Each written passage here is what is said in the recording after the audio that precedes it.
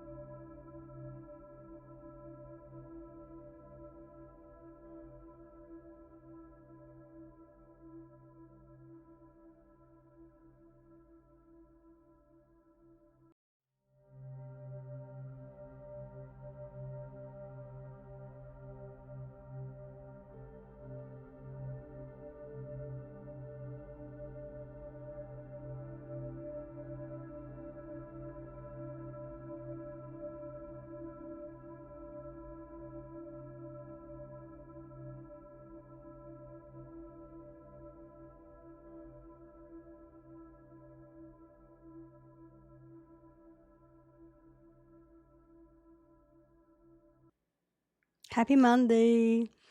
Hi. Hi, Grandmaster Ong. Hi, Flawless. I got banned from a stream. Whoa, what did you do?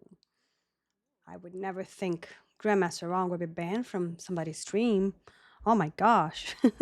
How's everybody doing? I hope everybody's doing fantastic today. It's been another beautiful day here in the island. and Just really happy. Hi, Shigegaki. Thank you. How are you doing? Third ban in 6 years. I never got banned before, except for your stream, GMO. I got banned from your stream by doing 6-7. Hey, lovely. How are you doing, Forsaken God? Thank you so much for being here, guys. Lady Debbie, I hope your allergies are not as bad as mine. I've been taking a lot of stuff. I'm gonna be scratching my nose a lot. I'm telling you that. I'm so, but only minor pain today. Thankfully, how are you? Oh, minor pain. At least it's minor pain. Hi, Sean of Motown. Hello, Dave. How are you doing? You've been working on a laptop for the last hour. Actually, kind of accomplished the stuff. That's fantastic. Oh, Decap is here too. I see he's welcome. He's actually live right now. Um, Guys, welcome in, everybody.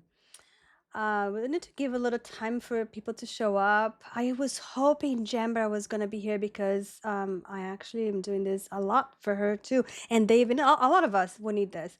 Doing good working on a lot of channel stuff right now. Oh, cool! Yeah, Jambra, hi. This is a big topic, so I was gonna do both topics today. So I was gonna do ADHD and autism, but I decided to do just ADHD because this covers a lot of things. It took me a couple of weeks actually to. I summoned Jabber. I did. Talk paralysis hard. I know. And I actually found a really good video on that. Specific, it's short ones. I'm gonna be doing a lot of talking here, so I got some water and some coffee to help me. If I'm talking too fast, please let me know. I'll slow down. Um, Hello, Jember. Yeah. I'm glad you're working on channel stuff, Shigagaki. It's always good to get, to improve things. It's always good. I got my sparkling water here. Oh, yeah. Thank you, Flawless, for being here, doing some shout outs. Appreciate it. Yes. If you guys know anybody that could benefit from this talk today, we're going to be talking. Today, we will be talking about ADHD in adulthood. Hello, Auntie Bubbles. I just got done with 8 hours, so just back to chilling. Nice. Awesome. Uh, I have heard a lot on my chat people talking about having ADHD. And again, I have a disclaimer. I'm not an expert. I do a lot of research though, and I write things in what I know to be a fact and things that I take from my own gut feeling, so to speak. So, with that said, I'm going to open my little disclaimer here that is going to say, before we begin, I just want to gently share that I am not a licensed medical professional or mental health expert. Everything we talk about during Mental Health Monday comes from my own research, personal experience, and perspectives, as well as the thoughts and insights of any guests I have on. This space is meant to be supportive, open, and informative, but it isn't a substitute for professional care or advice. If you're going through something or need deeper support, I truly encourage you to reach out to a qualified mental health professional. You deserve to be supported in the best way possible. Okay, where did that come from? I don't know. I am not sure. Hi, Faya. Hello. Welcome in, Faya. How are you doing? I'm not sure where that came from, Dave. Um, but yeah, I was gonna put some sound bath in the background because it's nice to have a little sound bath in the background, a little, 332 hertz. I think that'd be nice to have in the background while we're having this conversation. You let me know if it's too loud or if it's good enough. But so when I was doing all this research and watching some videos on the subject, I bumped into something I had no idea is that so there was a large meta-analysis Um, it's a 70 studies, 4 million people. So a major systematic review found that childhood trauma was significantly associated with ADHD. I had no idea about that. So people with trauma had about 68% higher likelihood of ADHD. So this is a strong evidence because meta-analysis combined dozens of studies, making findings more reliable, right? And there was another US population study with 76,000 children, and it was very widely cited study found that children with ADHD had higher exposure to trauma than those without ADHD. There was a dose response effect. The more trauma a child experienced, the more severe the ADHD, and that's on Science Direct, ADHD association between adverse childhood, right? So that was a study done in 2017, okay? And then there's more recent data, 2024, 2025 research that were new, that there are newer studies that confirm the same pattern. All types of childhood adversity were linked to higher odds of ADHD diagnosis. And again, a dose-response relationship was found: more trauma, higher ADHD risk. And that was on the I don't know this. It's by E. Boswell in 2024. That's another study. And there's adult study on trauma and ADHD symptoms. Oh, okay, so you're here. Okay, sorry, I thought that was to do with this. Sorry. So, adult study on trauma and ADHD symptoms. Research in adults showed childhood trauma predicts ADHD symptoms later in life. It affects both inattention, hyperactivity, and impulsivity. Okay? And then there's specific types of trauma that increase risk: emotional abuse, sexual abuse, household mental illness also. And that was by acquired publication by the Journal of Pediatrics. Do you have any links to some of the info for others to read later? I can definitely share. I have the link on my notes. So, and then there's so one thing that is important to understand is that trauma does not directly cause ADHD in all cases. Okay, so hold on, let me just shake this off because it keeps popping up. I completely shut off blurbs now. But it doesn't directly cause ADHD in all cases, but it increases risk, worsens symptoms, and mimic ADHD symptoms, and interact with genetics and brain development. So oh, hi Cassie, hi Kiss, welcome in. So I can definitely post these links on the mental health channel at the Shenanigans there, on where I picked up those little things. So there's a reason why the link exists, and it's I'm going to just simplify it really, really quick here. Studies suggest trauma can affect brain development, especially attention and emotional regulation systems, stress response, overactive nervous systems, executive function, focus, planning, impulse control. There are the same system involved in ADHD.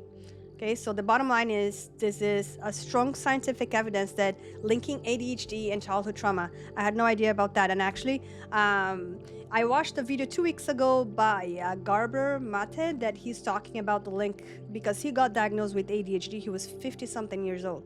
And so, there was a link. He studied it, and there was he's found out that there's a link. So I wanted to deepen a little bit more and just figure out a little bit more about that subject in regards to ADHD and childhood trauma, which is actually, I was actually showed the link to that video that I watched a couple of weeks ago on the mental health channel at Shenanigans as well. I will put that one in there because it's a really good interview with Garber Mate and the one lady that I really love. So I'm really glad everybody's here. I don't know if this is going to resonate with everybody, but I'm pretty sure it will. It's a deep conversation, and it has a huge umbrella, but it's also a very freeing conversation, right? Because we're talking about things that changes the way we see ourselves, right? Trauma and childhood trauma and ADHD. I don't know who here has been diagnosed with ADHD. I know I have. I know my son has. I know we talk a lot about this here, just in any stream, any regular stream. There's a lot of people that can relate to that, right? So We're gonna talk about the idea. Let me just fix my chat here really quick. There we go. My chat's fixed. All right. The idea that what if nothing's wrong with me or with us, right? What if our struggle actually makes sense? I was never diagnosed. He was not polite about it. Oh, okay. And that's okay. Sometimes, you know your body better than anybody else, right? So you know some of the symptoms, you know some of the things that the traits that are there, right? I was just diagnosed a couple of months ago. Oh, yeah. It's more common than we think. So we're going to talk about the link between ADHD and childhood trauma. We're going to talk about ways to improve focus, and the circadian rhythm also. It can have a huge impact on ADHD symptoms, and it's just little steps, but we're going to talk about that. So what if our anxiety and our ADHD, our habits and our patterns aren't actually flaws? They're adaptations, right? Adaptations to what we've been through. Okay, and I want to say that clearly from the start. And we're not going to be blaming parents. We're not going to be blaming ourselves. We're going to just try to understand a little bit, because when you understand, we can start to heal, right? And so let's start with something really important. Our brain is not just biological. Our brain is shaped by our environment, especially during childhood. Not just food and shelter, but also, did you feel safe? Did you feel seen? Did you feel understood? Were the people around you stress? Were the chaos, tensions, unpredictability, right? All of that really matters when you're growing up, because our brain is what scientists call a social organ, right? Hi, Joss. It develops in response to connection, stress, emotional safety, and emotional instability, right? So if a child grows up in stress, even if it's little subtle stresses, their brain will adapt, right? Not because they're broken, but because they're trying to survive. Yay, hello. So let's see some examples here, okay? Let's think about this a little bit. If a child feels overwhelmed or unsafe, they can't fight, they can't leave. So what do? They tune out, right? And if that happens while the brain is developing, that becomes wiring, right? Later in life. So later in life, we're going to be calling zoning out, ADHD, lack of focus, but originally it was just protection, right? The other thing is stress can change your brain, right? When you stress, your body shifts into survival mode, fight, flight, freeze, right? And when that happens constantly, it affects your dopamine, like your motivation and your focus. It affects your memory. It also affects your emotion regulation.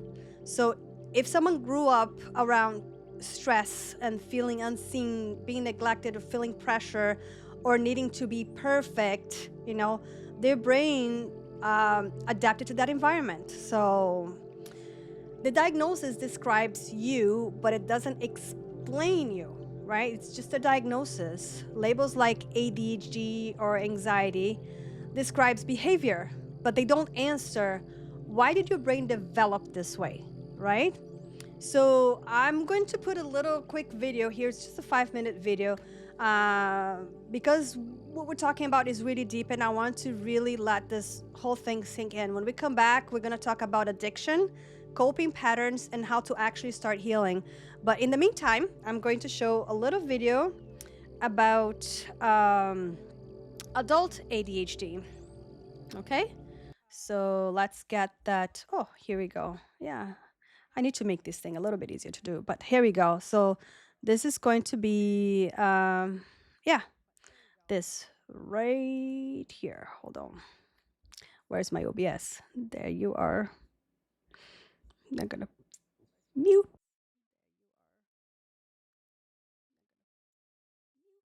It's only somewhat true that ADHD and trauma merely show similar symptoms. For many years, researchers believed that ADHD was genetic or only caused by a change in the brain structure. Science now shows there's a strong association between childhood trauma and adult ADHD. According to a survey, up to 17% of trauma-exposed children meet the ADHD criteria as well. So what is the link between trauma and ADHD?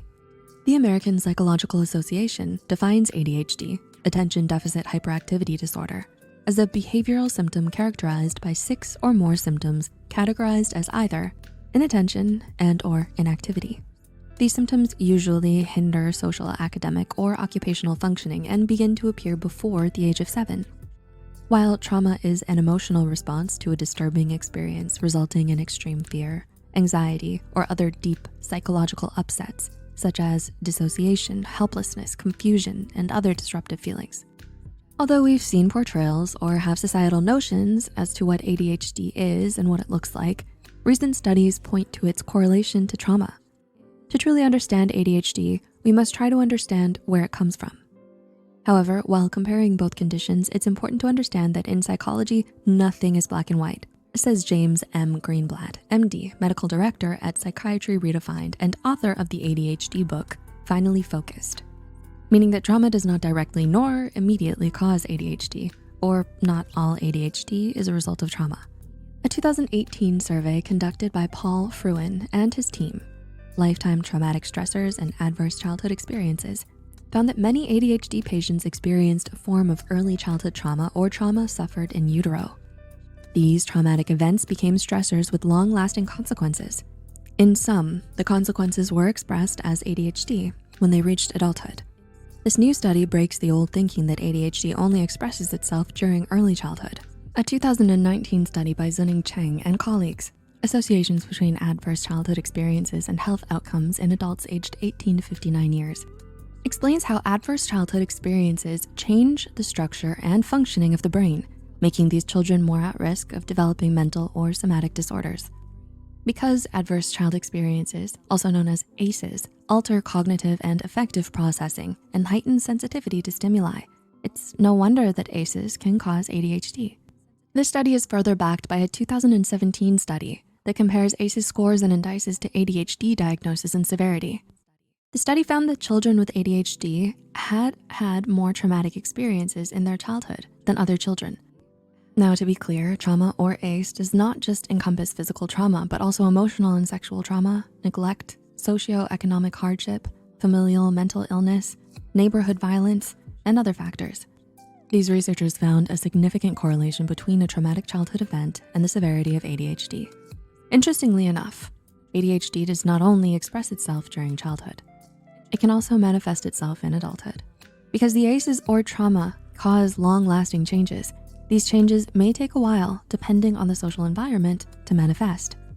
A 2013 study published by Kevin M. Anschel and colleagues, Post-Traumatic Stress Disorder and Adult Attention Deficit Hyperactivity Disorder, Clinical Features and Familial Transmission, as well as many other studies, find that adults with post-traumatic stress disorder, PTSD, or even CPTSD are more likely to have ADHD. In adults, both these conditions are present. Difficulty concentrating, irritability, or heightened sensitivity, restlessness, and difficulty sleeping. Because both present similar symptoms, it's difficult to untangle them from one another. So how do you heal from trauma and ADHD? Treatment for both conditions differs from person to person. Some do well with CBT or DBT therapies, while others choose medication. There is a theory that presents neuroplasticity as an answer. Because trauma fundamentally alters the way your brain processes information, bolstering your neuroplasticity and reframing your perception and how your brain processes information may be helpful. It's always a good idea to seek professional help to choose the most suitable treatment. Did you know about the links between trauma and ADHD? What are your thoughts on what you've learned? Let us know in the comments below. If you enjoyed this video and found it helpful, please consider liking and subscribing to our channel for more content like this. Your support means a lot to us and helps us to continue creating valuable content. Don't forget to hit the notification bell so you never miss an upload. See you in the next video. Thanks. Could you guys relate to any of this? I'm not sure. I have combat PTSD from being over in Afghanistan. Ooh, yes, I wouldn't blame you. Yes, that would be a tough thing for sure. Hugs and thank you for your service. 100%. Thank you for your services. It was very brave of you, very noble of you, and I can't imagine being in that position. So, so we see that that relation, right, between childhood trauma and ADHD. Thank you for your service, 100% kiss. Yes. So we're gonna move into a little bit because a lot of ADHD also causes addictions in all of us, right? That have that. So we're going to go a little bit deeper into this. And there's a perspective here. I knew about the PTSD. I've spent a lot of time with my therapist talking about it. Okay. That's good. That's good that you know it's good to know and to remind ourselves of that stuff too, right? PTSD, childhood trauma, and the links. I have ADHD. I'm not sure if it might be linked to trauma, but I can see things throughout my life that might have affected more than I thought. Just was too young to understand. Mm-hmm. Oh, for sure. And this is all part of growing, right? As we adult and we gain experience and we do researches, when you learn more about ourselves, feel like the more time you spend alone, the more you get to know yourself in a deeper way, right? So let's see a perspective that might change things a little bit when it comes to addiction, ADHD and addiction, because we're going to shift a little bit and we're going to go back to it too. My husband too deployed in Iraq and Afghanistan at Marine Infantry. Oh my gosh. I gotta clean, but we'll have you up. Thank you, Lord Zabrachos. Thank you. Thank you so much. Appreciate you keeping me tabbed while you clean. Thank you. I appreciate it. Yeah, thank him for his service as well. Yes. Marine Infantry, Afghanistan and Iraq. Oh my gosh. Yeah, so all this PTSD and ADHD can very much. He's been out for some time. Please tell your husband. Thank you. Yes, 100% lurk away. We love your lurks here, Lord Abrahos. Thank you, Debbie. Thank you. So yeah, PTSD and ADHD can very much uh, cause or create addiction in people, um, and so addiction is not the actual problem. Addiction is an attempt to solve the problem. So when you're addicted to something, you're trying to solve a problem or you're trying to attempt to escape pain, right? And so examples that maybe you can relate to is drinking to relax, or scrolling, doom scrolling for hours, excessive shopping for things that you don't really need, excessive gaming. I think all of us to escape that way a lot, overworking, gambling. So these are random behaviors, right? They're they are sorry, I'm just trying to reach at the same time. They're meeting a need of relief, connection, escape, or for just you to quiet your mind. A lot of the drinking come from that, or smoking. Yes, exactly. Smoking and gaming to relax 100%. And there's actually a really interesting video that I'm going to show, a very short video about marijuana and ADHD. So the thing is, like, we don't ask why addiction, we ask why the pain, right? Because behind every pattern, there's something we're trying not to feel. All right. So that, and it doesn't make you weak. It doesn't make you weak. It makes us human. Right. So I'm going to actually show a really quick video about marijuana and ADHD by Andrew Uberman, because I know that a lot of us, I don't smoke pot anymore. I do, like, maybe once a year to relax and every once in a while in the summertime. But vaping and gaming for me, yes. So let's take a quick look at this. This is it. It's a very short video, okay, about ADHD and cannabis use. Okay, here we go. One thing that is somewhat surprising is that many people with ADHD use or abuse cannabis. One thing that is somewhat surprising is that many people with ADHD use or abuse cannabis.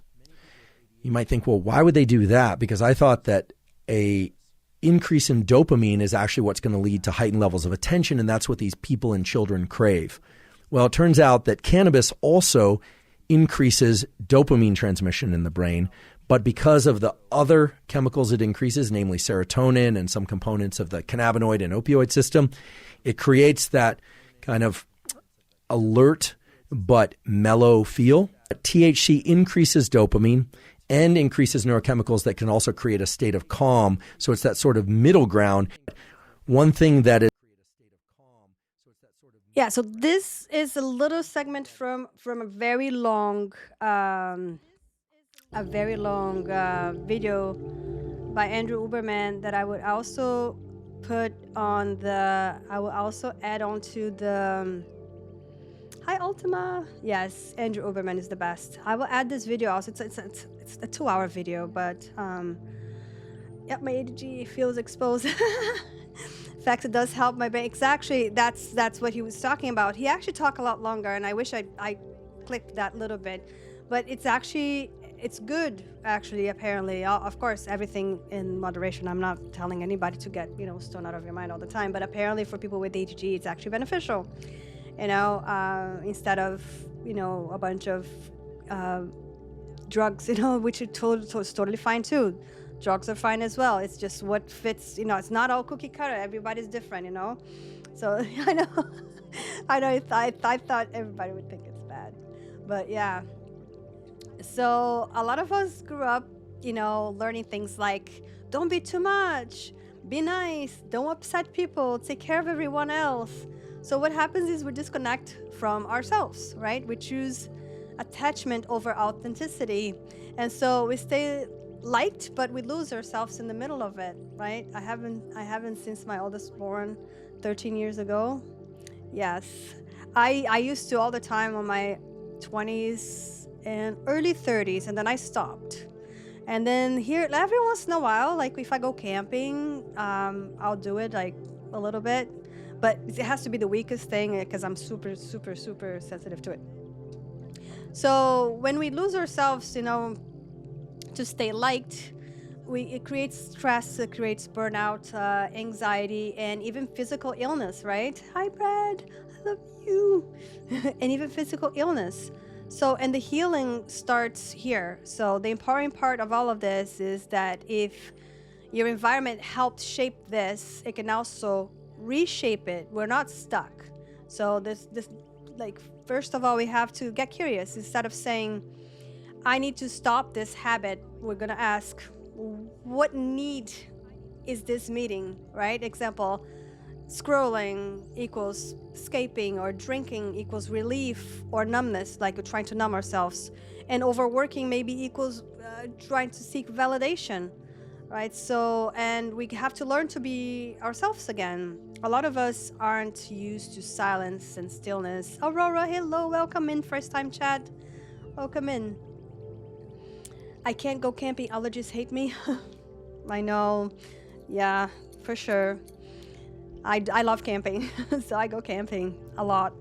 I do let my tent air out a lot too. So a lot of us are not used to silence and stillness and just being, right? But that's where the healing starts, and I talked about this a lot, about just being still, being with yourself and being present, and just take time to pause, right? And to just be still. And every little small moment of staying quiet, of going outside, taking a deep breath of fresh air, and just pay attention to your breathing, and maybe journaling a little bit, it's good. It does. Part of the reason I love camping too, it's fun. I love camping and fishing and cooking my fish in the campfire. I read traumas in the title, and I have a lot, so I guess this is my place. Oh, welcome in. Thank you for taking the time and giving a chance. We do this every Monday. We talk about different topics every Monday. So I was a very bad alcoholic after coming back from Afghanistan, but I've been clean and sober many years now. That's fantastic. It's a very, I think alcohol, it's harder to get to let go than cigarettes. I let go of cigarettes very easy, and I was able to really slow down my drinking because I used to drink a lot a long time ago. So yes, congratulations, 100%. That's very good. I'm glad that you were able to overcome that. That's the best cooking, fish in the fire, 100%. Yes. This is a great bunch of people, Aurora. Yes, it is. You feel right at home here. So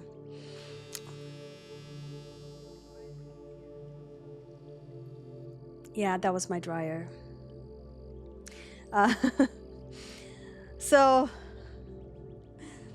I'm gonna actually, it's gonna beep again, so I'm gonna switch it off.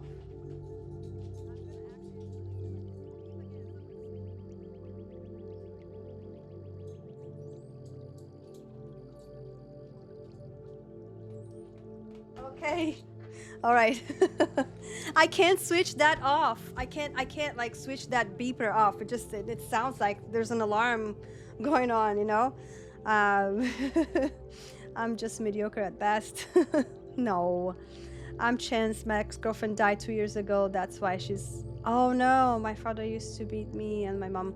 I can still go on with the list. Oh my gosh, yes. I used to drink a lot. I don't drink at all anymore. Yeah, I have been 3 weeks without having any drinks right now. I had a big problem before a long time ago, and I was able to really nip it in the bud. But I can go for extended period of times without it. You know, if it's a special occasion. I like having some beers when I'm camping. I do. I like cooking with beer. I like cooking with wine. It's really good, but you know, you have to really be careful because too much of that can really damage your body, right?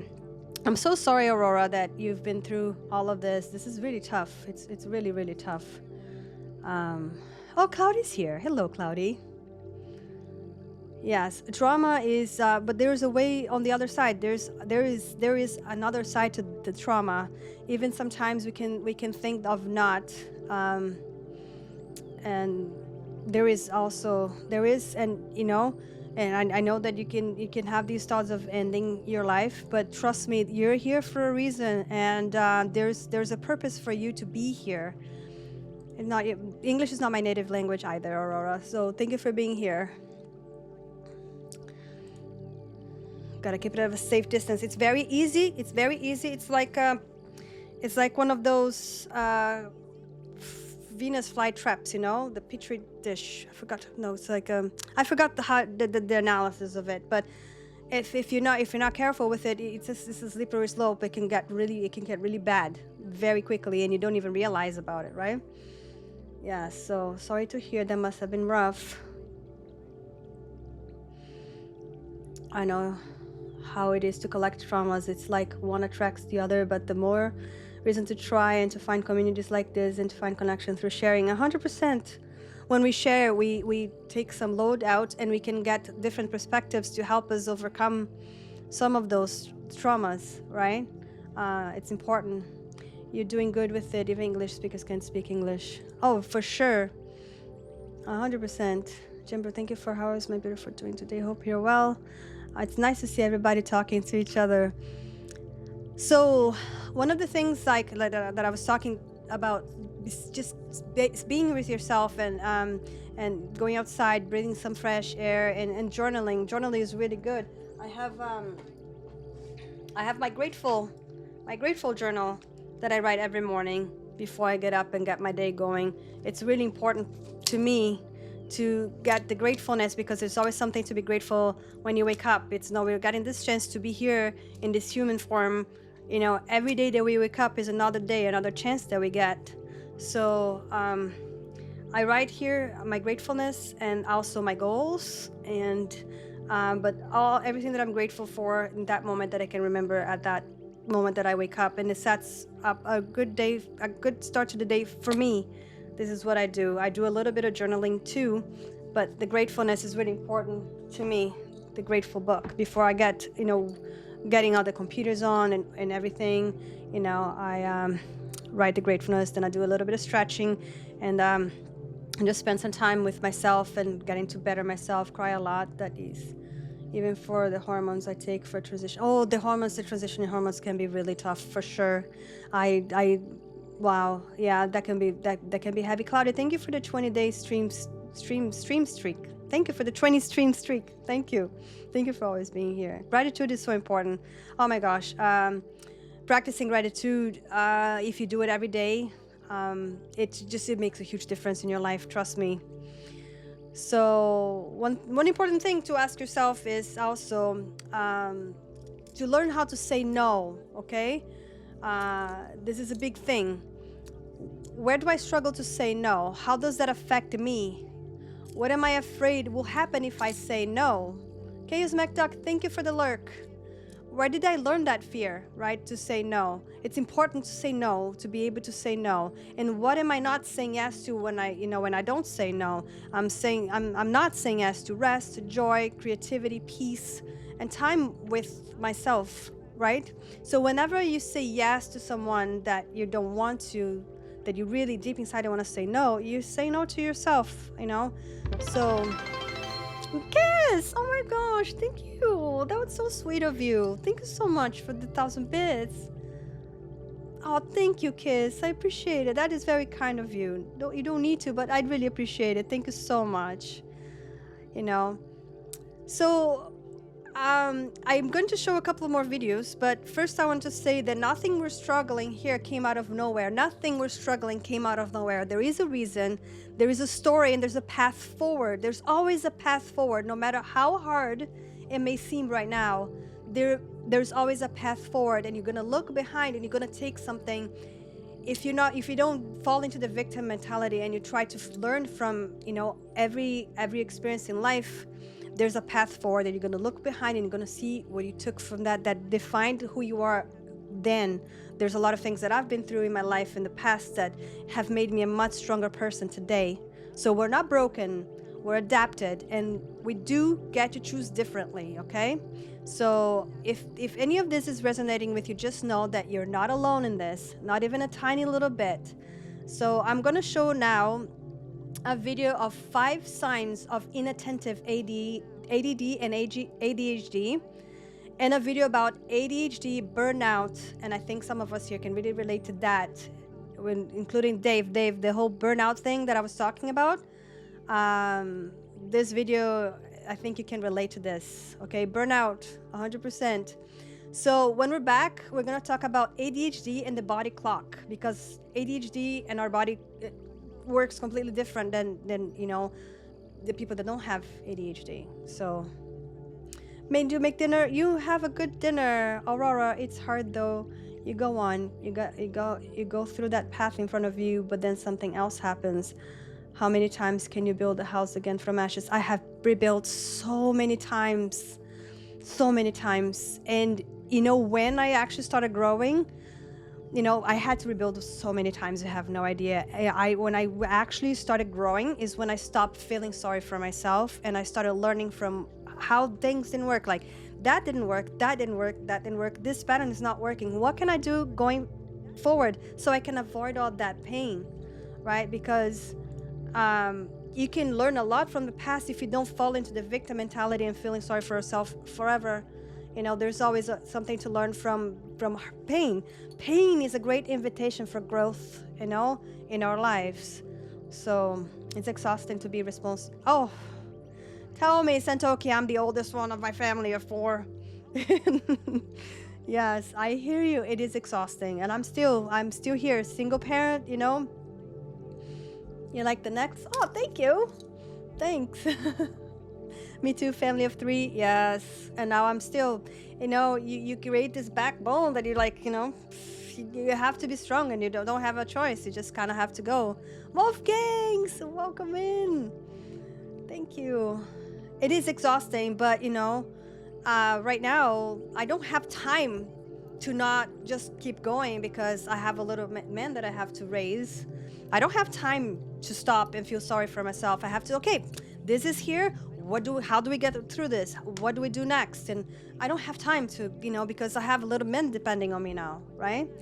So, okay, I'm going to show these 2 videos on, I'm going to show these 2 videos on the 5 signs of inattentive ADHD and the video about ADHD burnout. Okay, so, okay, let's go. I'm going to mute myself.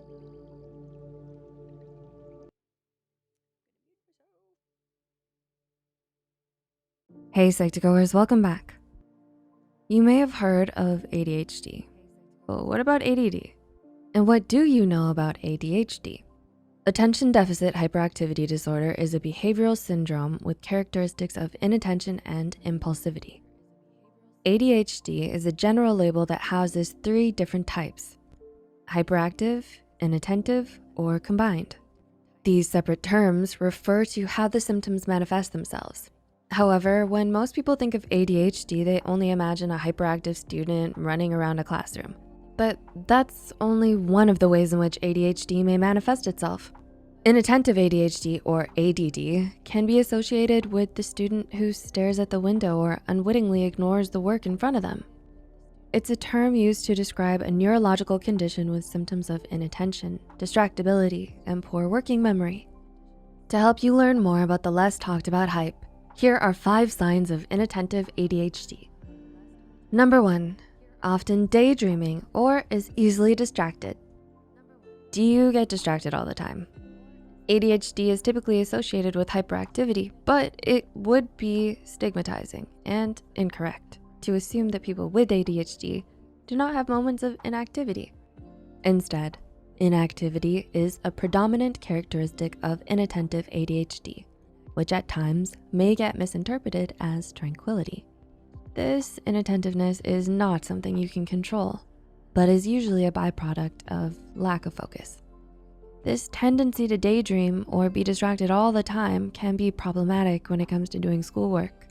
For example, in a classroom setting, a child with ADHD may have trouble committing to an activity for an extended period of time, or with not paying attention when spoken to.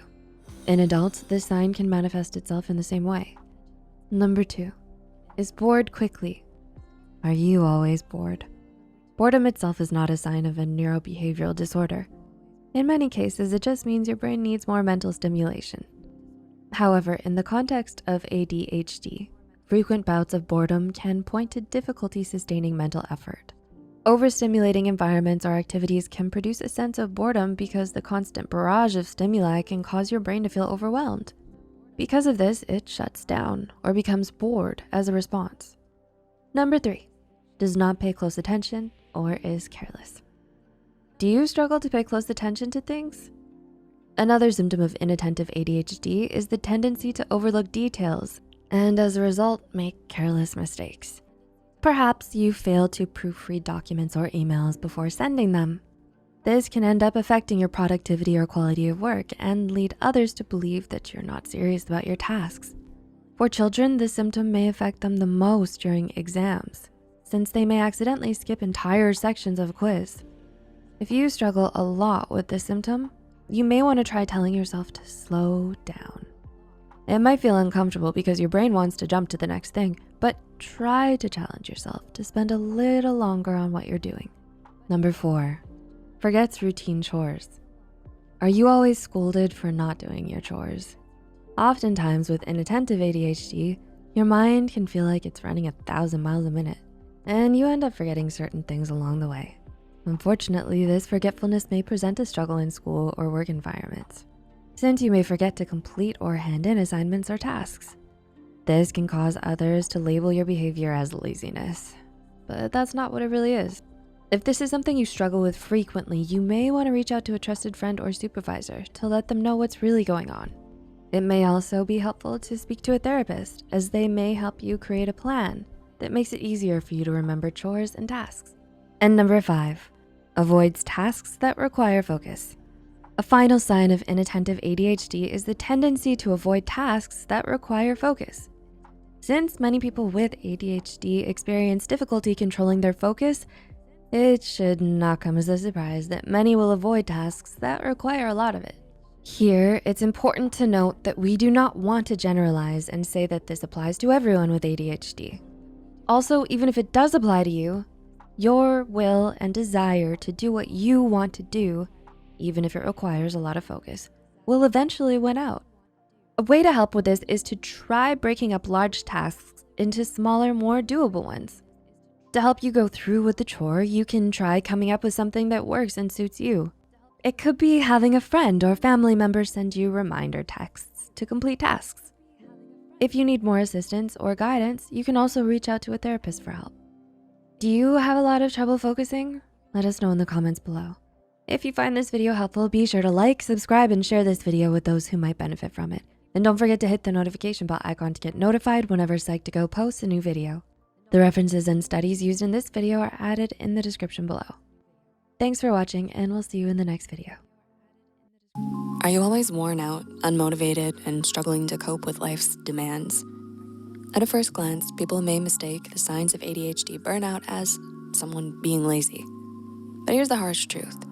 Laziness may just mean that there's something deeper at play. According to clinical psychologist Carrie Chalemi, ADHD burnout is a condition of physical, emotional, and mental fatigue that is exclusive to those who have attention deficit hyperactivity disorder. And it's vital that we recognize and tackle it with empathy and understanding. So let's look at the signs of ADHD burnout before we debunk the myth of laziness once and for all. Extreme exhaustion. You look in your planner and realize it is a chaotic mosaic of overlapping meetings, deadlines, and obligations. When you have ADHD, your mind craves constant stimulation and races with a flurry of ideas. The desire to say yes to everything that comes your way causes you to get stuck in a cycle of overcommitment. According to an article published at adhdcenter.co.uk, ADHD causes executive dysfunction, making it hard to initiate, sequence, and organize your tasks. As a result, you tend to underestimate the time and effort something will take, which leads you to overcommit by mistake.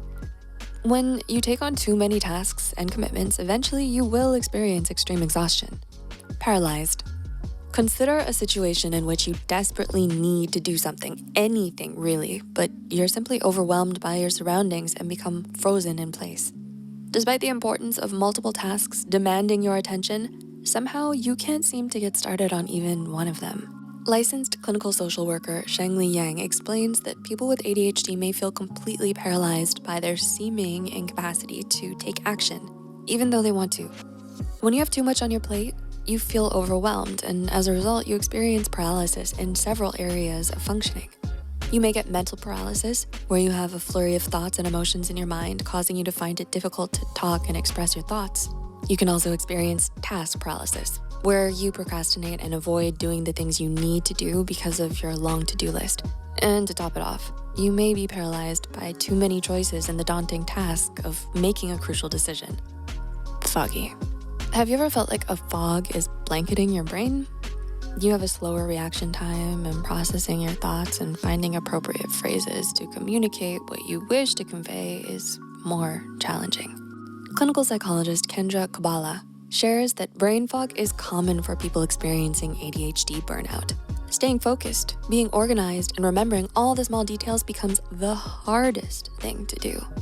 It's not due to laziness, but it is due to the way your brain is wired. Motivated no more.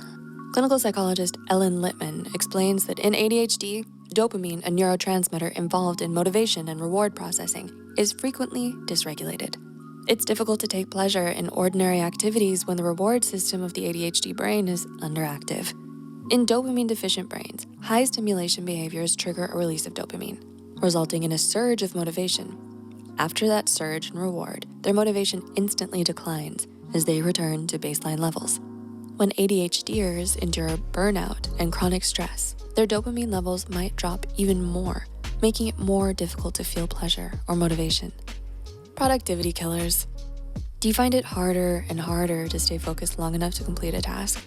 It can feel defeating and frustrating when you can't create the kind of work you anticipate for yourself. According to researcher Lara Tucha and colleagues, ADHDers have difficulty keeping continuous focus for long, uninterrupted intervals of time. When they have burnout, this problem in focusing is amplified and can make it more difficult for them to be productive and complete their tasks. There's always so much more than what meets the eye. Burnout, particularly in a case of ADHD, is a silent battle that is sometimes overlooked. However, equipped with the knowledge of its different signs, you now have a great tool for recognizing your own experiences or those of your loved ones. The key to finding motivation and leading a fulfilling life is to care for yourself, seek professional guidance, and implement strategies to manage ADHD burnout. Are you looking for a cuddly companion that brings positivity and mental wellness to your daily life? Get your very own Psy. The lovable plushie is here to brighten your days. It embodies the spirit of Psych2Go, and it serves as a reminder to prioritize your mental well-being. Its green leaf symbolizes growth, renewal, and the importance of self-care. Whether it's for yourself or as a thoughtful gift for a loved one, Psy is ready to be your snuggly friend through all of life's ups and downs. You got this. We got this, guys. We got this.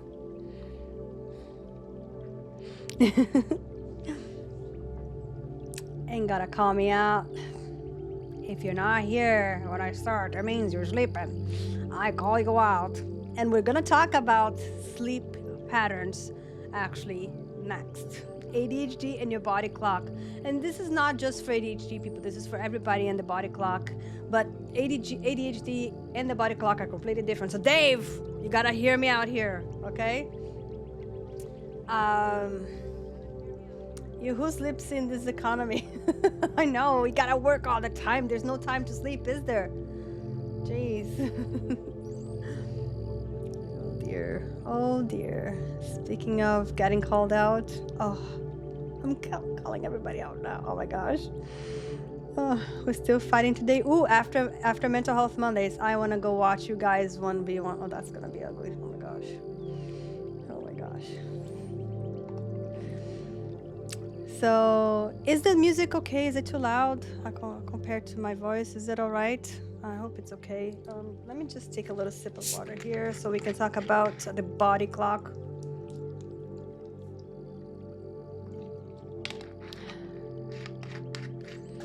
It's good. Not too loud? Perfect. Thank you for letting me know, guys. So here's the idea that inside your body you have something called a body clock, okay? It's what tells you when you feel sleepy, when to wake up, and when to feel alert during the day, okay? Let me have some water before talking direct at Dave about these poor sleep habits. But I can't. I'm at work. Oh, you want to sleep right now? It's not time to sleep. What time is it for you, Aurora? I'm not sure what time it is for you. Do you and your son take medications for ADHD? Honestly, we both got prescribed something.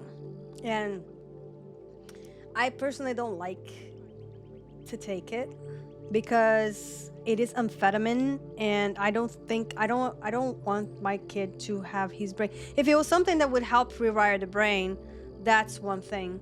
But I feel like it's just a band-aid, you know? And instead of giving this band-aid, we can exercise and try to do exercise that will actually help rewire the brain, right? Rewire the focus. And actually, we're going to be talking about some of this here, about rewiring the focus and everything, right? I used to take Ritalin. Okay, Ritalin. Yeah. 30 stream streak! Oh my gosh! And Daddy Fokenigan, 3 stream streak. Ritalin is basically speed. The one that we actually got the same. It's called dextroamphetamine. And man, it lights you right up. Your pupils got dilated, and yes, yeah, no, I don't think, like, if there's a different way that you can rewire your brain, I think that's ideal in my opinion, you know. I don't agree with the band-aids. Like, our brain is a very, you know, it's immaculate, you know. I don't know. I agree with medication in some things, but I don't think that in every case it's necessary. I think there's exercises that you can do. Hello, Anmark, welcome in. First time chat, how are you doing? I made my doctor years ago take me off my meds and worked on other things to focus on controlling my issues, mostly without meds. Same. Okay, when I was 2005, when I was 24, I got put on Prozac. And I gotta tell you, it was for depression. I gotta tell you, that fucked me up. I took it for 2 years, and it fucked me up big time.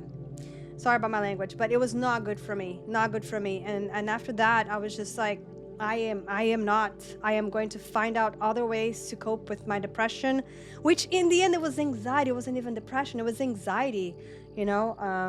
So again, spending time alone by myself is what helped me actually figure out my own diagnosis. I didn't have depression. I had anxiety. Hello, I'm lurking. I'm curious about the topic. I'm dealing with some of it myself. Oh, thank you for stopping by, Cappy6. I appreciate you stopping by and checking us out. We're just talking about where we've been talking for about an hour now, but we're going to talk about right now the topic of ADHD and the body clock, okay? So Joss was asking about meds. I talk about my take on meds, but again, this is just my opinion. I think meds come in handy for some people, but not handy for other people. I myself am very, very sensitive to drugs in general, so I avoid them altogether, right? I believe that meditation, nature is huge, By the way, we talk about Andrew Huberman, circadian rhythm, sleep schedule, like sleep pattern and stuff. I've been doing that for almost 3 weeks now, and I gotta say, I feel amazing doing that. So, the whole light, and we're gonna talk about this right here. And I am actually going to be exactly, meditation is essential. Yeah, sounds like what I'm dealing with. Doc prescribed me Ritalin recently. Trying it out, not sure if I have ADHD, but it seems like it's helping. But I have worries, thoughts. Okay, it depends on everybody. My brother took Ritalin, my mom took Ritalin, and it was not good for them. My son got prescribed Ritalin. I didn't even give it to him, honestly. I said, can we just try something else? And so, but then they gave me this Dexter amphetamine, and it's here. I feel like sometimes, in a blue moon, it might come in handy for, a special occasion or something like that.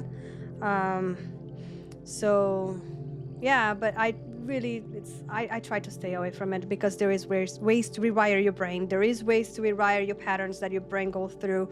And I believe that we can all work on that without having to add that extra to our brain, because it is really not actually helping rewire your brain. It's just a masking, it's just a band-aid.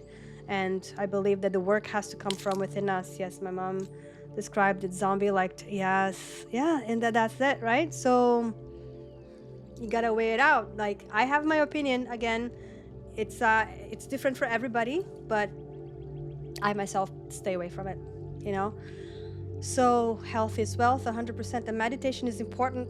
Grounding is important. The sleep pattern is important, which we're gonna talk about it right now. So, like, we have the body clock, right? It's what it tells me when to feel sleepy, when to wake up, and when to feel alert during the day. So for many people with ADHD, thank you for the follow-on, Mark. Thank you so much. So for many people with ADHD, the clock is just a little bit off. It's not broken. It's not wrong. It's just out of sync with with the world and the way the world kind of runs, right? So why so many people with ADHD are night owls, right? Have you ever noticed how a lot of people with ADHD feel more awake at night? Like, you struggle all day to focus, and suddenly at 10 p.m. your brain is like, all right, now we're ready to be productive. So it's not just a habit, it's biology, right?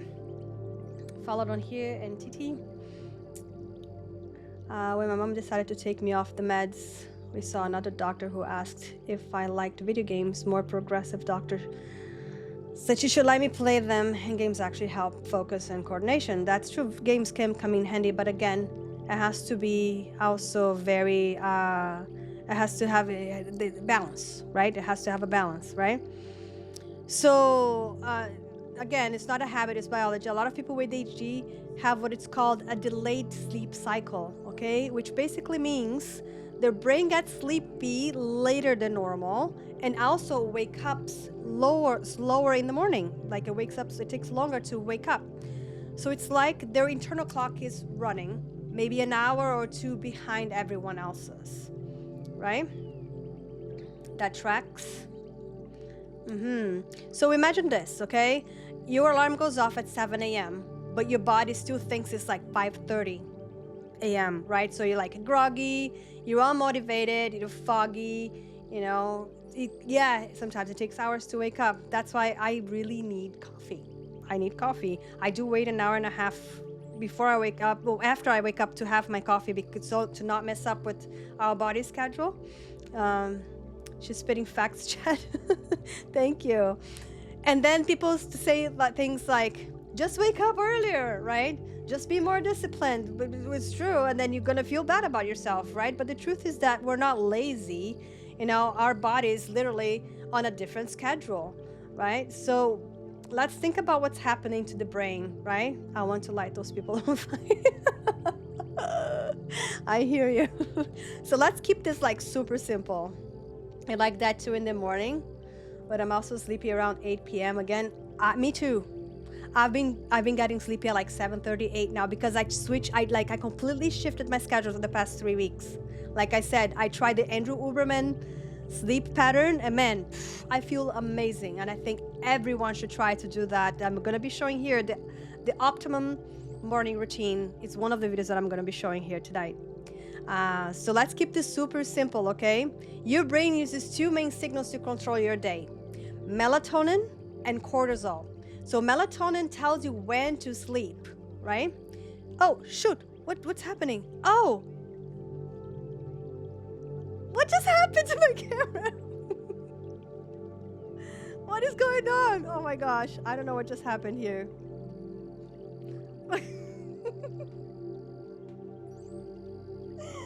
Oh. Okay, I remember. No, it's just because if I do this, it will... Oh, see? Yeah, I can't do that. Okay, I have to do that again. Oh my gosh. Sorry, guys. Okay. Yeah, okay. I'm not going to do that motion again because it will zoom in. Okay, so again, melatonin tells you when to sleep. Too much fast. Oh my gosh. Oh, you have to wait at least 2 hours before I can eat something. Yeah, same here. Amazing camera. I forgot about the whole hand gestures that make you zoom in. So melatonin tells you when to sleep, and cortisol helps you wake up and feel alert, right? But I'm not gonna show it because it's gonna do it again. So in ADHD, melatonin comes later than regular people, and cortisol is weaker and slower in the morning. So what happens is, well, our body produces melatonin, but the melatonin that our body releases later for us with ADHD, right? And the cortisol takes longer to come up, in the morning, to be produced in the morning, right? Nice try though, Max. Yes, for sure. So what happens is you don't feel sleepy when you're supposed to, and you don't feel awake when you need to, right? And Max for picking up sushi. It's like missing both ends of the day, right? In the evening and in the morning. So, and there's a reason why this changes everything, and it's really important because it shifts the story from I'm betting at managing my life to my body and the world are out of sync, So in that, there's a huge difference because we tend to beat ourselves up thinking that, you're just not managing your life well because you're refusing to wake up early and to go to bed early, but it doesn't really work that way. But there is a way to rewire that process, though. There is. It's not over. We can always, hi, Jaxie. Yeah, that got all jacked up with the army. Oh my gosh, I'm missing a lot of a chat. Sorry, guys. Oh, and by the way, Anaya, taking melatonin, to me, melatonin, if I take melatonin, I feel super depressed the day after. So what helps me is tart cherry or sour cherry. There's a thing called sour cherry. Sour cherry is not melatonin, but it helps your body produce melatonin naturally when it's time to. Okay, this is one thing that I've learned from myself and my son. And unfortunately, tart cherry is not cheap. It's a little expensive, but it lasts for a long time. You can buy a bottle of tart cherry syrup, or you can get them in gummies as well. But if you take them like mid-afternoon, it will help your body create melatonin when the time comes, when it's time for you to go to sleep, right? So again, we beat ourselves up thinking that we're not managing our life properly, but really our body is just a little out of sync, and that's the big difference. And it takes away a lot of the shame, right? So how can we fix it?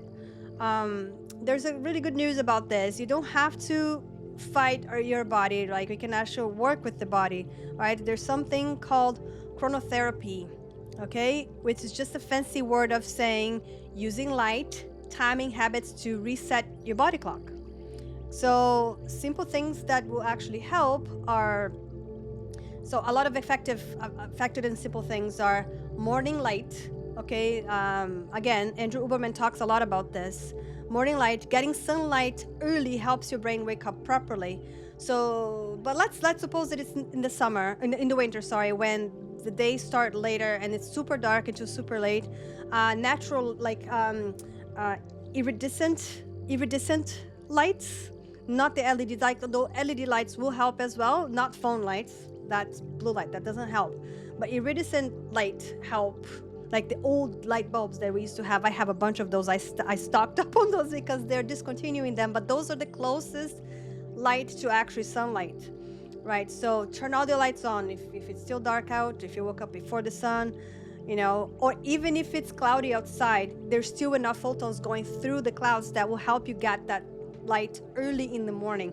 So even if you wake up and you're trying to rewire your sleep schedule, you wake up, you're still tired, go get some sunlight. Go get some sunlight, get some, even through the window. If there's direct sun coming through the window, that's enough to open your blinds, turn your lights on, you know. And then also it's consistent sleep time. Just going to, you know, even if it's not perfect, consistency matters a lot. So going to bed at the same time, trying to keep it consistent, right? Limiting bright lights at night. Let's say 8:30, shut off all devices, everything. Maybe read a book. You know, maybe listen to some music and I don't know, do a little stretching and some breathing exercises to help a little bit. So limiting the bright light at night, especially the blue light. Yes, blue light glasses, anti-blue light glasses. If you're on PC, 100%. I have everything on my PC, my Mac, my phones, everything goes on night shift, which it blocks that light. Everything got on the yellow hue kind of thing. But again, I actually, Flower was laughing at me the other day because I don't lurk on people overnight because I shut my internet completely off at night to stop all the waves around the house. It's really nice. It's very quiet. So yeah, I love that. Again, like we're talking about limiting the bright light at night, and also very big one, super important, is a little exercise during the day goes a long way. It helps your body reset its rhythm, right? So a little bit of exercise, a little, you know, a faster walk, anything that you can include on, even just a little stretch, you know, there's endless exercise videos on YouTube and that you can follow, just easy little something to get your heart going just a little bit, even, you know, during the day goes a long way.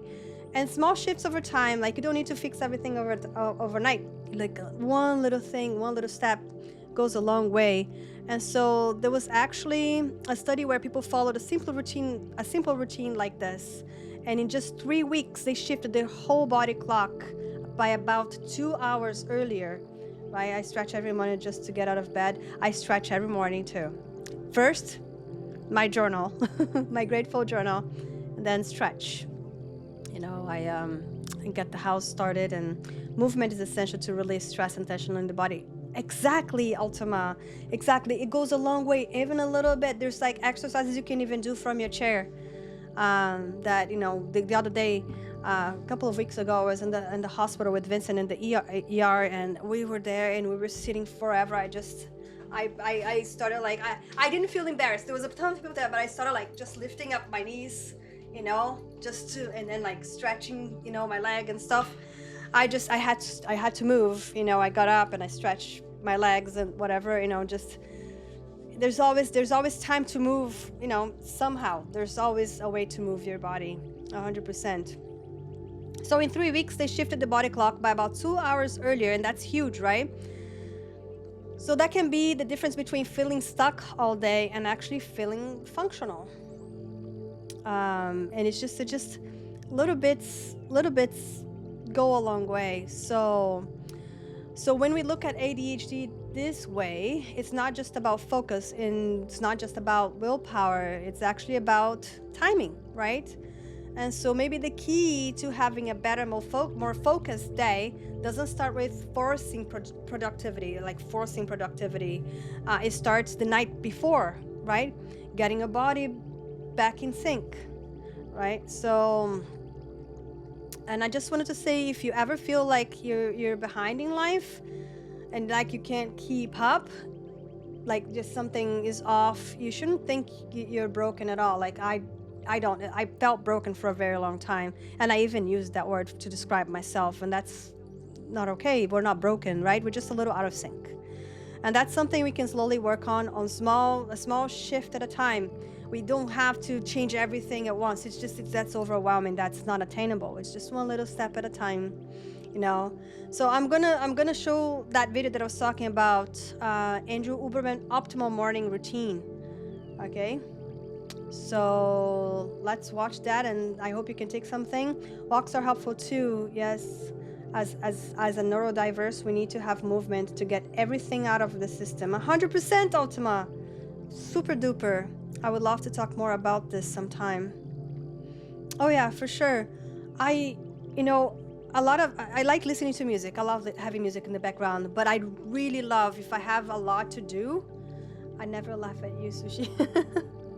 Yes, I know. I like putting a good podcast, with stuff that will help enrich my brain and help me learn things that are, that science-based, that will help me grow as a person. I really do. I'm very curious, right? I love listening to a good podcast. I love my music too, and to dance and all that, but I do like my podcasts as well. Or a good audiobook too, So now even my peers, whose opinion I actually care about, are saying I should go for walks. Fine, you should. You have a beautiful property, Dave. I can ignore my doctor and my therapist. Don't ignore me and your friends over here, okay? We want the best for you. You have a beautiful property that there's lots of room to go for a walk in nature. You're surrounded by nature. I would love to be somewhere like that. I mean, I do have nature around me, but you have a lot more. It's beautiful. Dave lives in a beautiful, beautiful place. Very beautiful place. So go touch that grass, Dave. Sniff it. Yes. Yes, 100%. Yeah, so let's go watch the optimal morning routine by, let's just pause this one first, by Andrew Huberman, guys. This is really good. I hope you enjoy this, all right?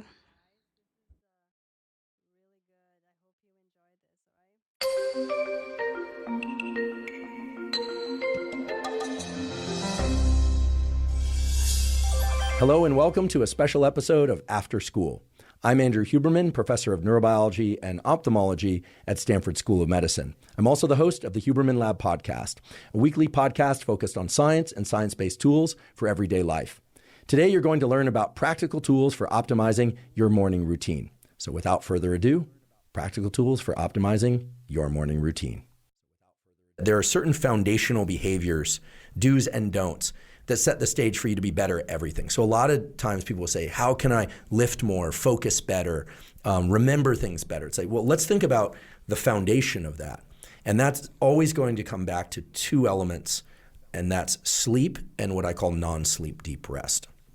So sleep is the fundamental practice or part of our 24-hour cycle where if you don't get it on a consistent basis, you are down-regulating your ability to do everything, right? Metabolism is screwed up, immune system is screwed up, et cetera, et cetera. However, it is not the case if you get one night's bad sleep or that if you're not sleeping perfectly that you can't perform well. But let's talk about sleep, and just because I think it's important.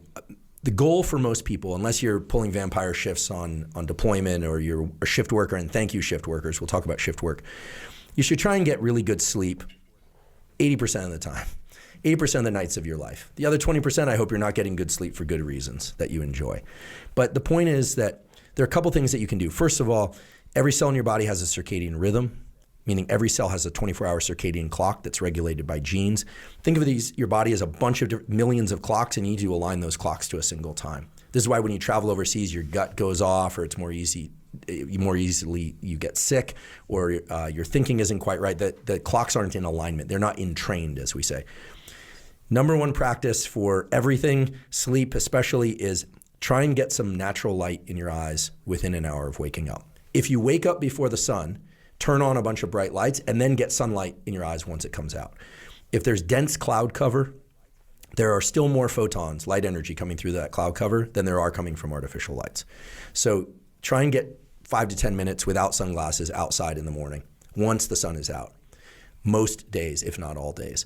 This has an outsized effect on a number of things. First of all, it modulates the timing of what's called the cortisol pulse. Once every 24 hours, you're going to get a boost in cortisol, big spike in cortisol. It's a healthy boost. It sets your temperature rhythm in motion, sets your level of alertness, your level of focus, and your mood. You want that cortisol pulse to happen as early in the day as possible. What's triggering the cortisol pulse? The cortisol pulse is naturally entrained by these genetic programs to happen once every 24 hours, but light will anchor it to the period where you see bright light. Got it. A late shifted cortisol pulse. So imagine the kid that wakes up and spends the morning in bed, or you're spending the morning in bed and you're texting, or you're indoors and you're typing on the computer. That's not enough light to accomplish what I'm talking about. And then you go outside around noon or 1, you're in what's called the circadian dead zone, which is the time in which light arriving at the eyes can do certain things, but it can't time this pulse. That means that cortisol pulse is going to come in the afternoon, which means that your temperature rhythm is going to be shifted late. And that's actually a signature of depression and anxiety and difficulty falling asleep. Many people are waking up and they're just spending time indoors and they're putting on sunglasses, getting in their car and driving, or there's cloud cover and they think there's no sun out. I don't mean that you actually have to stare at the sun. Never stare at any light so bright it's going to damage you. Please don't. And blink as necessary. But the indirect rays from sun trigger these cells in the eyes called melanopsin ganglion cells. These ganglion cells, these are neurons. They send a signal to your hypothalamus. Then the hypothalamus releases this peptide, which is a wake-up signal for your whole brain and body, and sets a timer for the onset of melatonin release 16 hours later, melatonin being the hormone that makes you sleepy and makes you want to go to sleep. So you can imagine what happens if you don't get that light until a few hours later. Everything's shifted. And then you want to go to you don't know why you're wide awake at 11:30 or 12 and everything's messed up. The other thing is that you can get bright light from electronic devices early in the day, but it's not enough. You need photons from sunlight. Now, if you live in Scandinavia in the depths of winter, if you're up in Trondheim or Aarhus or something, okay, fine.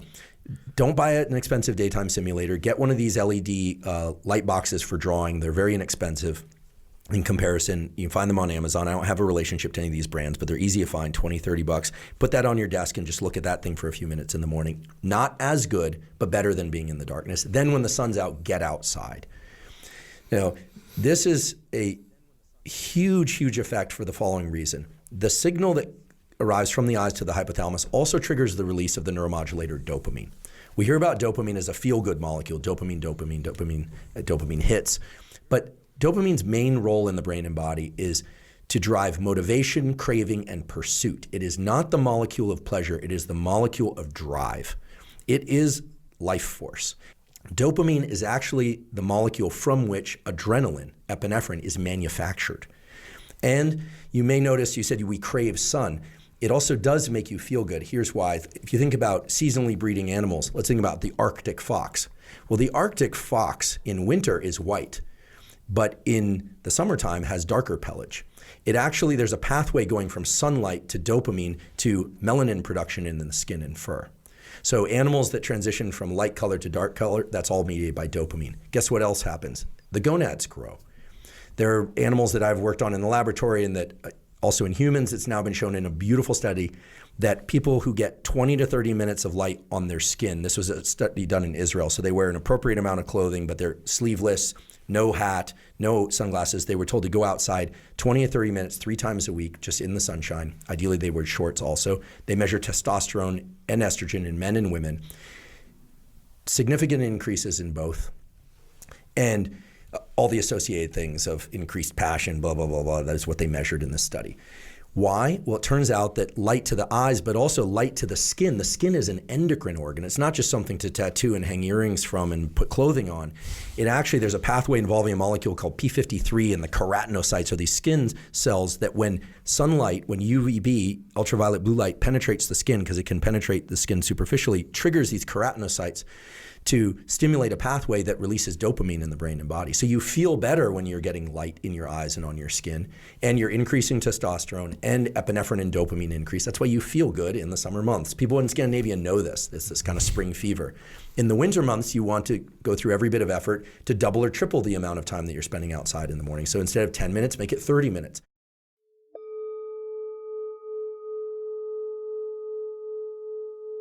We all are familiar with getting sleepy and falling asleep. That's the parasympathetic nervous system taking over. The longer we are awake, longer the buildup of something called adenosine in the brain and body. And adenosine turns on the parasympathetic nervous system, suppresses the sympathetic nervous system. When we sleep, adenosine is pushed back down. What is caffeine? Caffeine effectively, through some chemical steps, blocks the effects of adenosine. So if you wait, so here's a little trick. I don't like the word hacks because hacks imply using something for a purpose it wasn't designed for. Here we're talking about hardwired biology. But if you wake up in the morning and you didn't sleep quite as much as you would have liked, that means, and you're sleepy, that means you still have a buildup of adenosine in your system. Let's say you immediately reach for caffeine. Great. You suppress the action of that adenosine and you will be more alert. And guess what happens? Then the caffeine wears off and the adenosine binds to the receptors with greater affinity and you have your afternoon crash. So a practice that's very useful to people is to delay the intake of caffeine by 60 to 90 minutes after waking. Allow the adenosine to be cleared out because it's not just cleared out in sleep, it's also cleared out in those kind of sleepy states of early morning. So allow it to be cleared out. The other thing that clears it out, exercise. So when you get up in the morning, you're kind of sleepy, I don't want to do this, but you hydrate and train, you clear out the adenosine. Now, I like to drink caffeine before I train or during training. I'm weak like that. But for people that have an afternoon crash, this can have tremendous benefits and maybe start by pushing it out 15 minutes per day. Everyone that does this says, oh my goodness, I didn't understand why in the afternoon I'm crashing so hard. This will really, really help. So let me ask you this. I have a sense for you. What time do you wake up typically? Generally between 4:15 and 4:30. Okay. So for most people, it's going to be a little bit later, probably. But for you, that means, so you're waking up.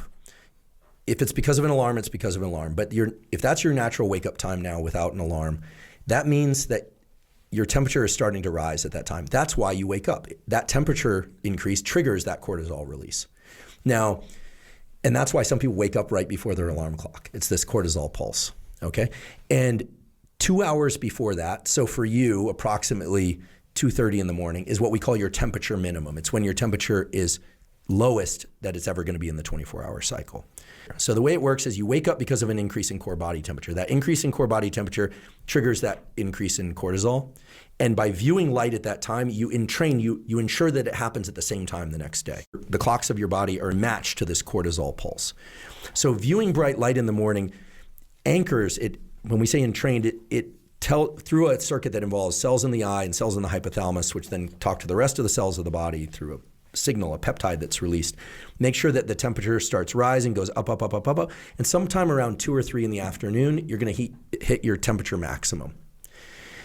You might feel a little sleepy at that time, but that's actually the time in which all your systems are kind of revving at the maximum capacity. And then it's going to start to drop. And start to drop. Now that drop in temperature eventually will be a full 1 to 3 degrees below what your temperature maximum, and that's when you're going to get sleepy and fall asleep. This is why it's important to keep the room cool at night to fall asleep. The goal here is to increase body temperature in order to be awake and to decrease body temperature in order to be asleep. If we stay with those themes, a lot of this will just fall into bins. Exercising will increase body temperature. Somewhat paradoxically, getting into a cold shower or cold water, everyone says, well, it must make you cold, right? Well, if you stay in there a long time, you become hypothermic, right? But let's remember the thermostat example. You have a little area in your brain called the medial preoptic area. And if you make the surface of your body cold, guess what happens? Core body temperature goes up.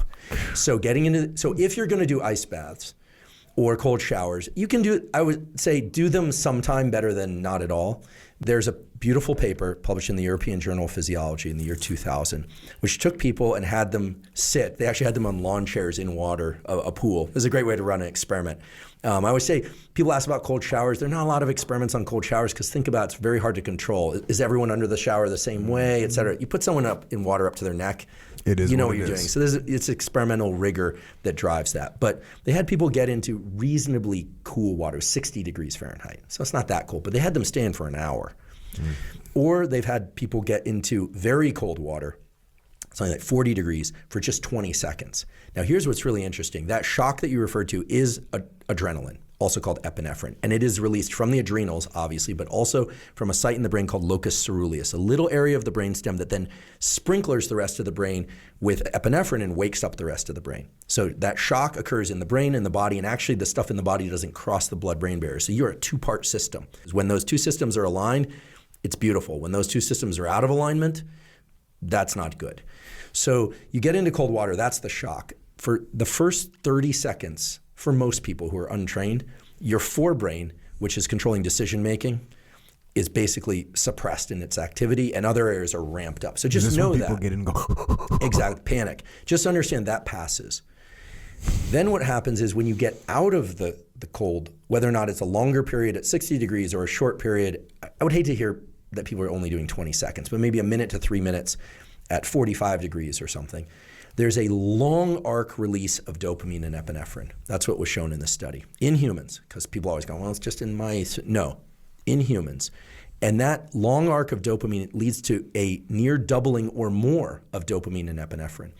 In my colleague Anna Lemke's book called Dopamine Nation, she works on addiction, runs our dual diagnosis addiction clinic at Stanford. She talked about a patient of hers that basically helped himself get over cocaine addiction by doing cold baths because it was the only thing that would give him the kind of dopamine release that even slightly mimicked his cocaine addiction and allowed himself to wean himself off with a healthier behavior. Now, I'm not saying it's the equivalent of a drug like cocaine, but I am saying that it's a better decision than a drug like cocaine for obvious reasons. So that mood enhancing effect that you feel afterwards, it's real. It's based on a real neurochemical effect. And that dopamine and epinephrine will combine with the temperature increase from cortisol plus light plus exercise, all things that increase core body temperature. Now you've got increased core body temperature, you created a dopamine release, epinephrine, you've created a summer month inside your body.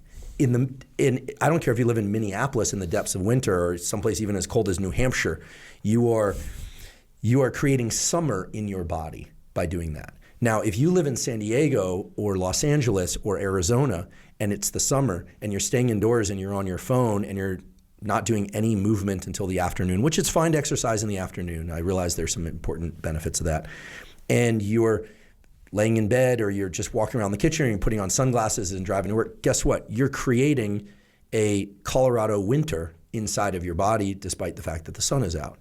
So if you're wondering why you're slightly depressed, your metabolism is lower, your testosterone output is slightly lower than maybe you'd like it to be. There could be other reasons too, of course. But again, we're talking about modulators. I'm not saying getting sun in your eyes in the morning is going to make your testosterone perfect. What I'm saying is you're setting an internal milieu through things that increase core body temperature, dopamine, epinephrine, et cetera. And that should be done relatively early in the day. Thank you for joining for this special episode of After School. If you'd like to learn more tools for mental health, physical health, and performance, check out the Huberman Lab podcast, which is available on all platforms, Fantastic. YouTube, Apple, Spotify, Uberman anywhere. Lab is a very good channel. I highly recommend following the Uberman Lab, 100%. It's really, really good. He talks about a lot of different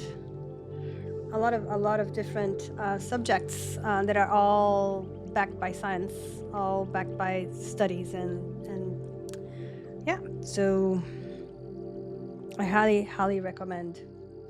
Good info for sure. Yeah, and the cool thing about the After School is that they pick up all these podcasters and doctors and science like gurus and all of this. Thank you, Flawless. Yeah, that's the right channel. Yeah, I believe it is. Yeah, let me have a look here. I'm just gonna push. You got it right. It's the Uberman Lab. You got it right. Flawless, 100%. Thank you for sharing. This is great. So I wanted to talk a little bit also about little ways to improve focus and without meditation.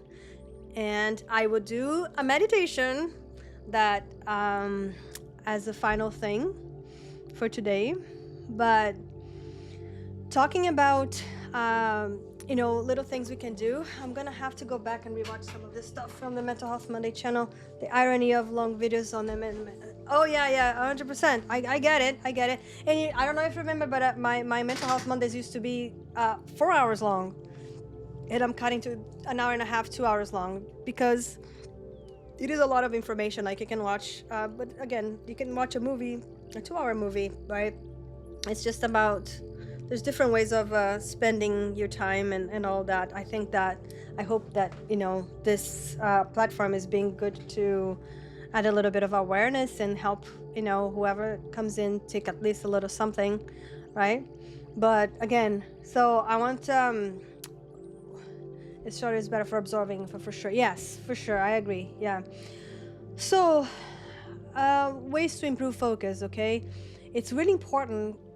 A good way to improve focus, and also this is also very good to deal with anxiety. But a way to improve focus is to pay attention to what's happening inside our body, because life is busy as it is. There's a lot going on, and a lot of times we forget to pay attention to what's happening inside our body on a daily basis. Everything is just so fast and just go, right? So it's little things like your breathing. Just take a few moments to pay attention to your breathing. Pay attention to your heartbeat and to your physical sensations. Like, how does this feel? How does that feel? And why does it matter? It matters because your attention system is deeply connected to your body, right? When you practice noticing internal sensations, you are literally training your brain to stay present. And that's so important, right? And it's very powerful. Research shows that doing this for just 17 minutes a day can create noticeable improvement in your ability to focus. Just 17 minutes a day, okay? It's 17 minutes that you can doom scroll, or you can pay attention to yourself and really go within. And not temporarily, but in a way that can really actually last. So 17 minutes a day, it can rewire your brain, right? And not just for today, but if you do it every day, it would last, right? Those are simple practices, okay? So let me break this down into something super simple for you guys to, guide or something. So you don't need to sit in silence forever, okay? You don't need to clear your mind. All you do is to sit comfortably, close your eyes, or just soften your gaze, just soften where you're looking at, just, focus on your breathing. Notice the inhale, notice the exhale. Feel the air going in and really feel it going in. Feel the air going out. Notice where you feel your nose, your chest, your stomach. And this is it. It's simple. It's just that little present time, 17 minutes a day.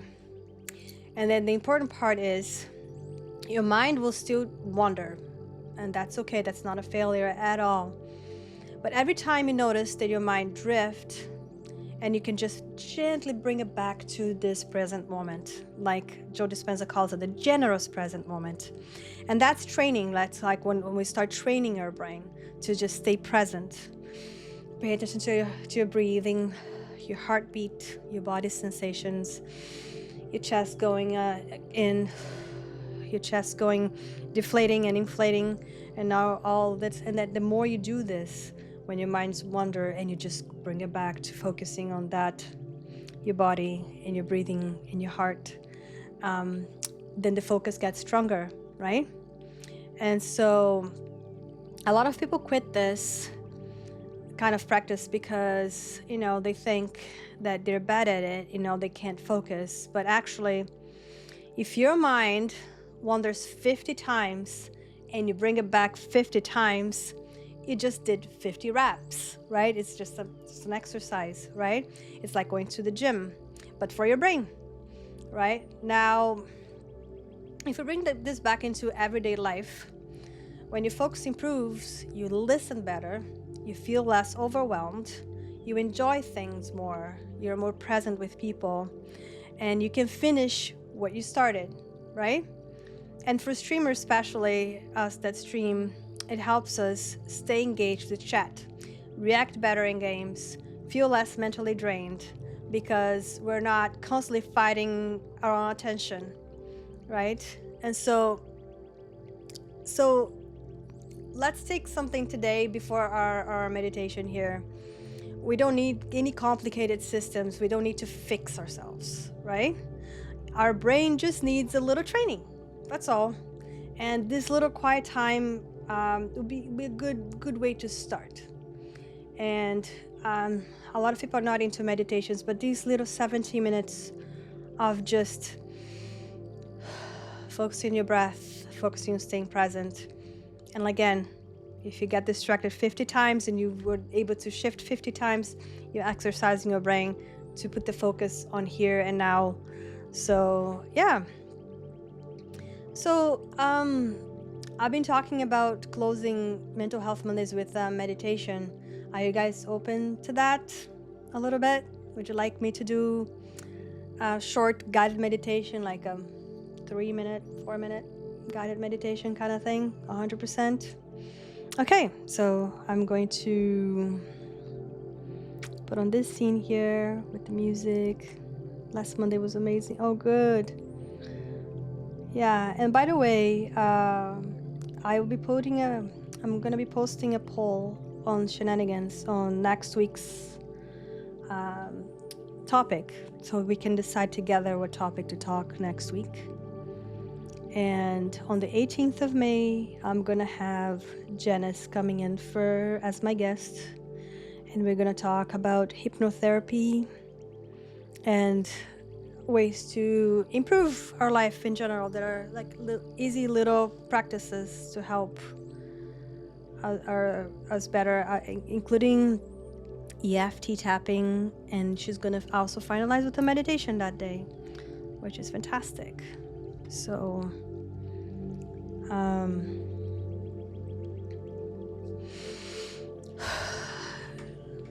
let's just take a little moment together. Just try to get your body a little bit more comfortable, even if you're standing or sitting. But if you have a chance to lie down, that would be nice too. But even if you can get just 1% more comfortable, just try to feel comfortable. And if you do, and you get the chance to close your eyes, you can close your eyes, or you can soften your eyes. And then let's focus on our breath. Take a slow, deep breath in, and gently exhale.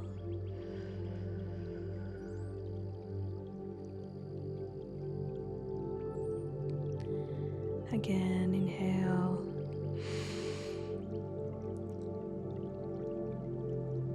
And release.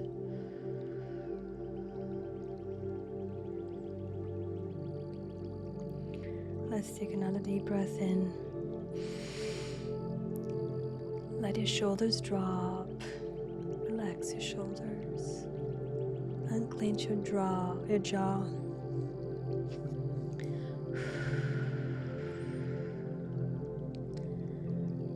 Allow your body to settle. Now bring your awareness to this moment, right here, right now. You are here. You're making through the day, and that matters. I want you to gently remind yourself, my time is valuable. My presence is valuable. I am valuable.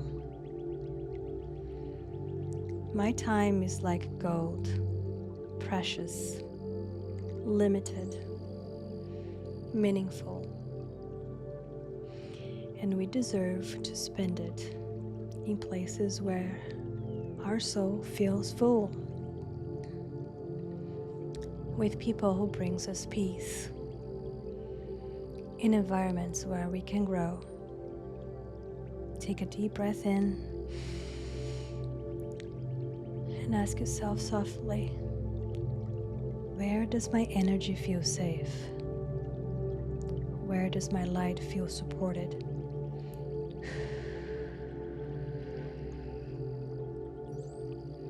No judgment, just awareness. You don't have to give your energy to everything or everyone. We are allowed to choose peace. We are allowed to set boundaries. And we are allowed to walk away from anything that drains us. Let that sink in for a moment and breathe in. And as you exhale, release anything that no longer aligns with you. Release your guilt. Release pressure. Release the feeling that you have to stay where you're not growing. Now gently remind yourself, I am allowed to evolve. I am allowed to change. I am allowed to choose a life that feels right for me.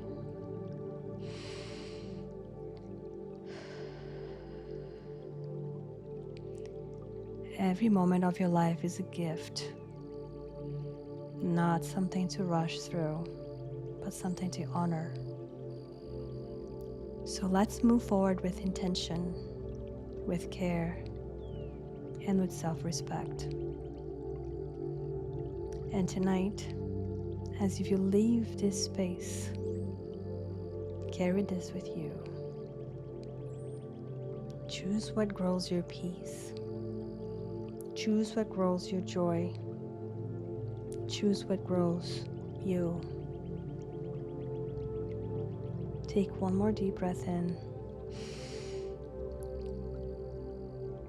And slowly exhale.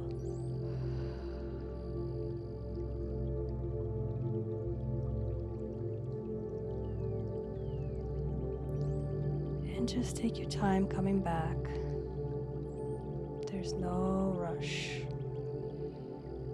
Maybe wiggle your fingers a little. Maybe take a deeper breath. And let's gently return to the space. And when you're ready, if you had your eyes closed, open your eyes.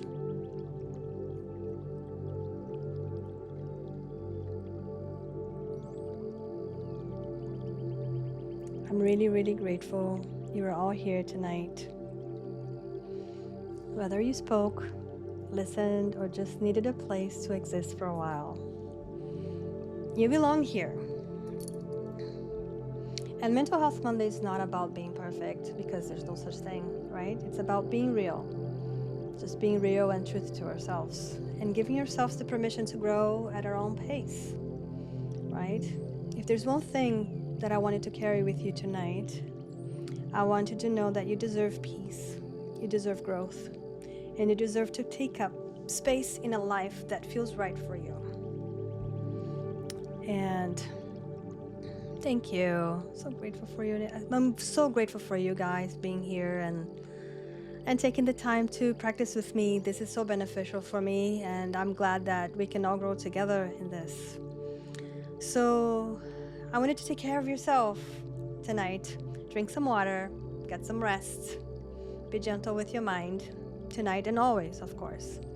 And if you can do one small thing for yourself that feels good tonight, do it, even if it's just one little thing. So thank you so much for spending time with me, and I never take it lightly. I'm very grateful for all of you being here with me and growing together. So much love to you guys.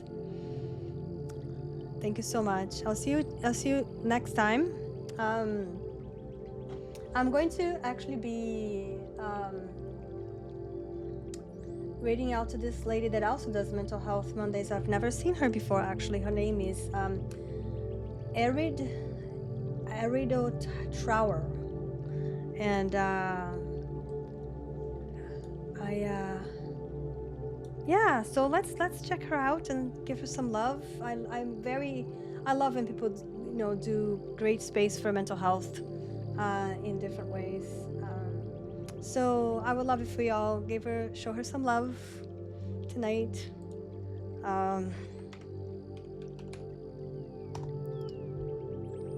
Oh, maybe it's not working. I don't think it's working, my thing. But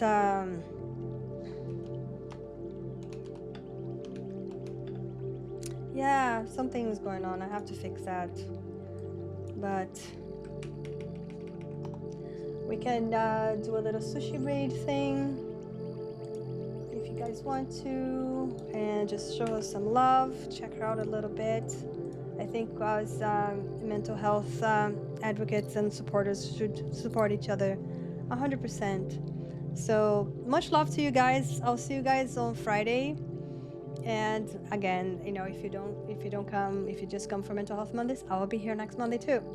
So I will be posting a little poll on the shenanigans with the topics for us to choose for next week. Okay? Much love for everybody. Be kind to yourselves. Have a great evening.